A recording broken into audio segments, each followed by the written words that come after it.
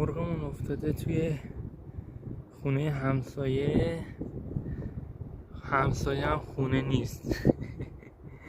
ما الان دیدم افتاده خونه همسایه، از این بالا اومده رفته خونه همسایه. عجب مرغ خریه، کوفته بشه. ما از صبح تا حالا نمیدونیم از کجا رفته. منم اومدم بالا پشت اون خوشاقه دید میزنم خونه همسایه. اینطوری بهش هندونه میدیم که گشنگی نمیره. آخه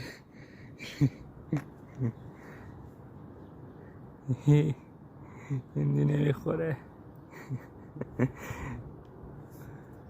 عجب مرغیه واقعا،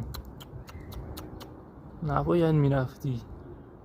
ما حالا صبح تا حالا نمیدونستیم کجا رفته.